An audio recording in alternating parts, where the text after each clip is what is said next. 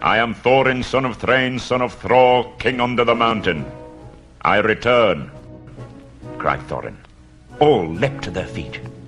The master of the town sprang from his great chair.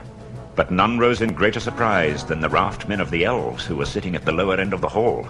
Pressing forward before the master's table, they cried, "These are prisoners of our king that have escaped, wandering vagabond dwarfs that could not give any good account of themselves, sneaking through the woods and molesting people." "Is this true?" asked the master. "It is true that we were wrongfully waylaid by the Elven King and imprisoned without cause as we journeyed back to our own land," answered Thorin. "But lock nor bar may hinder the homecoming spoken of old, nor is this town in the Wood Elves' realm.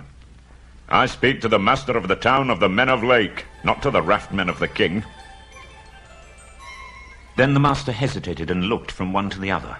People were shouting inside the hall and outside it. The quays were thronged with hurrying feet. Some began to sing snatches of old songs concerning the return of the king under the mountain. That it was Thror's grandson, not Thror himself, that had come back did not bother them at all. Others took up the song, and it rolled loud and high over the lake.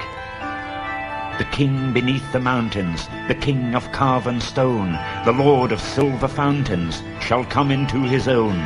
The woods shall wave on mountains, and grass beneath the sun. His wealth shall flow in fountains, and the rivers golden run. The stream shall run in gladness, the lake shall shine and burn. All sorrow fail and sadness at the mountain king's return. The master saw there was nothing else for it but to obey the general clamour, for the moment at any rate, and to pretend to believe that Thorin was what he said. So he gave up to him his own great chair. Soon afterwards, the other dwarves were brought into the town amid scenes of astonishing enthusiasm. Thorin looked and walked as if his kingdom was already regained, and Smaug chopped up into little pieces. The dwarves' good feeling towards the little hobbit grew stronger every day. There were no more groans or grumbles. They drank his health, and they patted him on the back, and they made a great fuss of him, which was just as well, for he was not feeling particularly cheerful. He had not forgotten the look of the mountain, nor the thought of the dragon. At the end of a fortnight, Thorin began to think of departure. Then for the first time the master was surprised and a little frightened, and he wondered if Thorin was, after all, really a descendant of the old kings. He had never thought that the dwarfs would actually dare to approach Smaug, but believed they were frauds who would sooner or later be discovered and turned out. "Let them go and bother Smaug, and see how he welcomes them," he thought.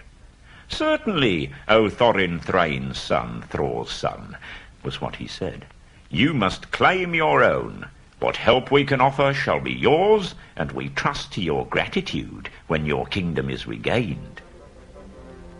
Although autumn was now getting far on, and winds were cold, and leaves were falling fast, 3 large boats left Lake Town laden with rowers, dwarves, Mr. Baggins, and many provisions.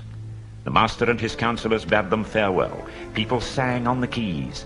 The white oars dipped and splashed, and off they went on the last stage of their journey. The only person thoroughly unhappy was Bilbo.